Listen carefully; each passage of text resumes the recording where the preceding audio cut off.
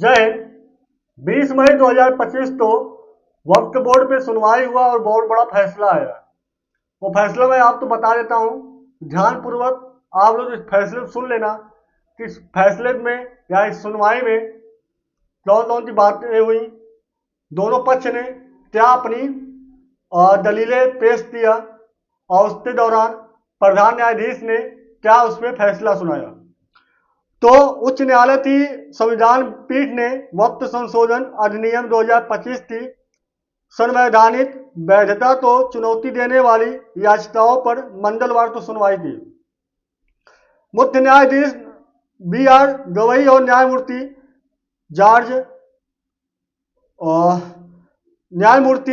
George मसीह की अध्यक्षता वाली पीठ के समक्ष वरिष्ठ अधिवक्ता कपिल सिब्बल, तो आप तो जान ही रहे हैं कपिल सिब्बल को, और अभिषेक मनु सिंघवी की अगुवाई में याचिकाकर्ताओं ने नए प्रावधानों के कार्यान्वयन पर अंतरिम रोक लगाने का गुहार लगाई।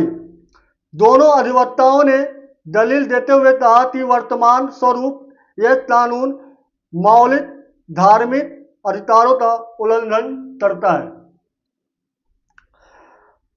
सॉलिसिटर जनरल तुषार मेहता ने अदालत के समक्ष केंद्र सरकार का पक्ष रखा।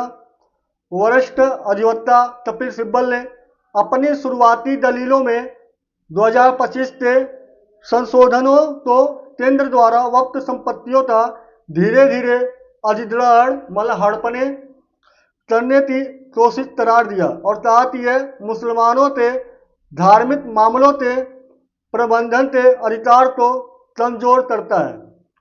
उन्होंने कहा कि यह प्रावधान पुराने दशकों से विकसित वक्फ ढांचे में एक व्यापक बदलाव है। उन्होंने बताया कि ये जो प्रावधान है ये सदियों से जो कानून चलते हुए आ रहा है उसमें बदलाव का एक प्रावधान है। बदलाव का फिर उन्होंने कहा, श्री सिब्बल ने वक्फ संपत्तियों का निर्धारण करने के लिए जांच तंत्र में उचित प्रक्रिया की कमी को भी रेखांकित किया। उन्होंने तर्क दिया, नामित अधिकारी एक सरकारी अधिकारी होता है जो अपने मामले में न्यायाधीश के रूप में कार्य करता है।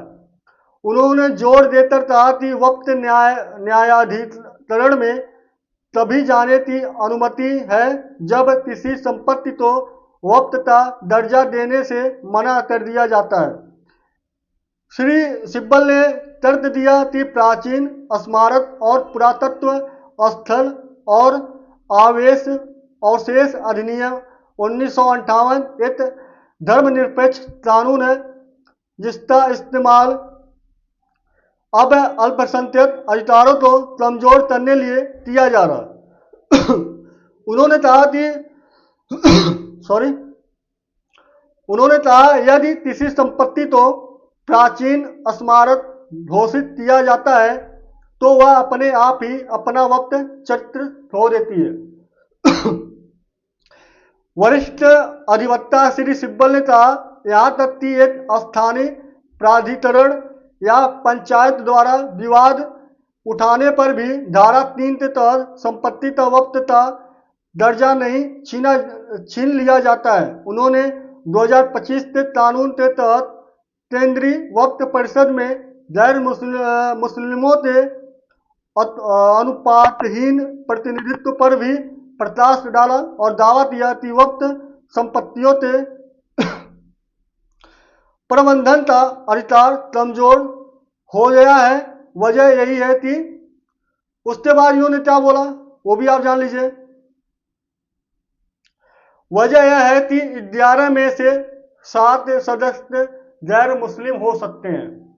मतलब उन्होंने बताया कि जो 11 मुस्लिम सदस्यों की टीम होती थी वक्फ बोर्ड में, उसमें जो है 7 लोग गैर मुस्लिम भी हो सकते हैं, 4 जो है केवल मुस्लिम सदस्य हो सकते हैं।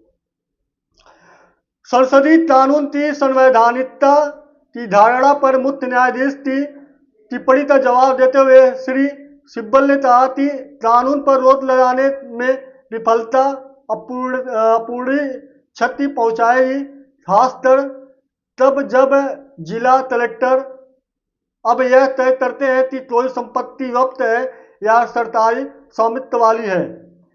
केंद्र सरकार की ओर से पेश सॉलिसिटर जनरल तुषार मेहता ने अदालत से आग्रह किया कि सुनवाई तो सरकार के हल्फनामे में पहचाने गए 3 विशिष्ट मुद्दों तक सीमित रखा जाए कि क्या अदालतों द्वारा वक्त घोषित की गई संपत्तियों को गैर अधिसूचित किया जा सकता है, वक्त बाय यूजर और वक्त बाय डीड प्रावधानों की वैधता। हालांकि याचिकाकर्ताओं ने इस दृष्टितोड़ का कड़ा विरोध किया और उन्होंने तर्क दिया कि इस मामले में मौलिक संवैधानिक प्रश्न शामिल है और इस पर समग्रता में विचार किया जाना चाहिए। इस मामले में पहले कोई रूट अपनाने में हिचकिचा रही केरल सरकार ने अब वक्त संशोधन अधिनियम 2025 को चुनौती देने का फैसला किया है। राज्य के कानून मंत्री पी राजू ने पुष्टि की है कि शीर्ष अदालत में पक्षकार याचिका दायर करने के निर्देश जारी किए गए हैं। यह घटनाक्रम मामले को राजनीतिक रूप से महत्वपूर्ण बनाता है, खासकर जब कई भारतीय जनता पार्टी शासित राज्यों ने केंद्र के रूप का समर्थन किया है। शीर्ष अदालत के समक्ष अपनी प्रारंभिक प्रतिक्रिया में केंद्र ने प्रस्तुत किया कि 2013 से वक्त भूमि में 116% की वृद्धि हुई है।